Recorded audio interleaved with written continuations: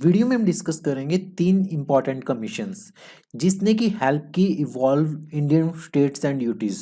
तो सबसे पहले लिंग्विस्टिक बेसिस पे आपको 3 कमीशंस काफ़ी फ्रिक्वेंटली देखने को मिलते हैं, एक धार, एक जेबीपी और एक शाह। इनसे रिलेटेड क्वेश्चंस काफ़ी बार एमसीक्यूज में देखने को मिलते हैं।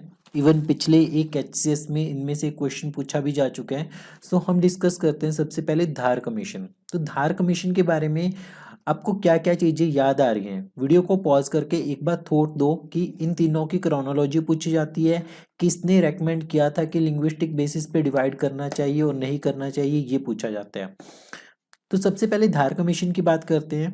तो 1948 में, जून 1948 में इसे ऑर्गेनाइज किया गया ऑन द कि लैंग्वेज के बेसिस पे स्टेट्स को रीऑर्गेनाइज किया जा सकता है या नहीं किया जा सकता। कब किया गया? जून 1948 में। देश अभी आज़ाद हुआ था, एक साल के अंदर अंदर ये वाली आवाज़ उठने लगी कि स्टेट सेपरेट होना चाहती है, ठीक है, on the basis of language. Government of India ने अपॉइंट किया linguistic province commission under the chairmanship of S के धार। एस के धार की चेयरमैनशिप में गवर्नमेंट ऑफ इंडिया ने ये कमीशन बनाया।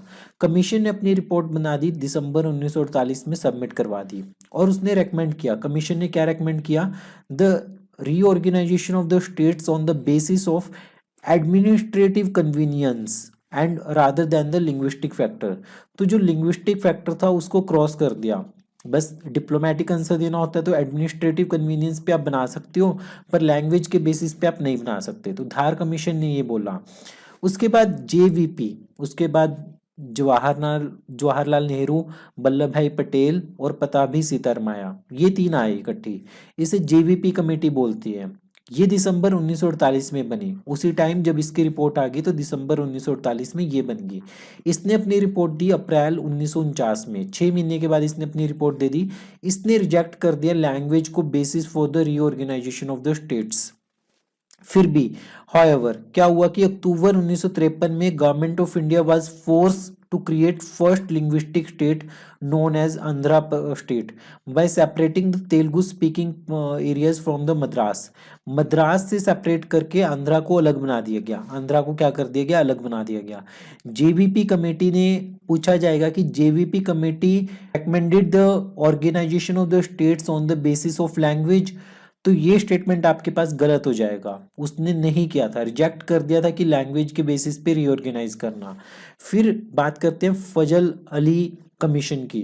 फजल अली कमीशन की उसके बाद देखो इसमें क्या है कि दिसंबर 1953 में 3 मेंबर्स की रीऑर्गेनाइजेशन कमीशन एस्टेब्लिश हुआ। फजल अली इसके चेयरमैन थे।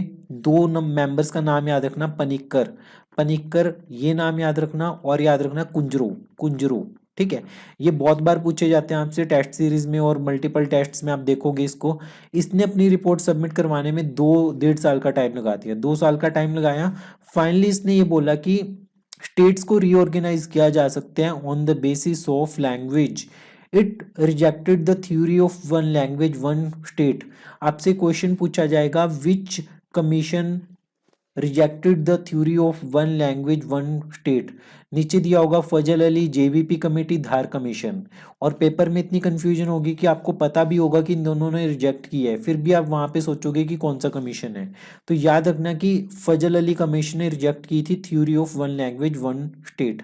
कमीशन ने सुजेस्ट किया abolition of the 4-fold classification of the states and territories.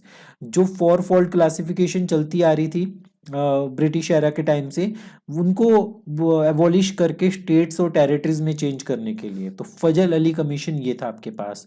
तो ये छोटी सी वीडियो है, होपफुली आपको ये अच्छी लगी होगी। तो इसमें आपको धार कमीशन, जेबीपी कमीशन, फजल अली कमीशन, इन तीनों के बारे में पता होना चाहिए।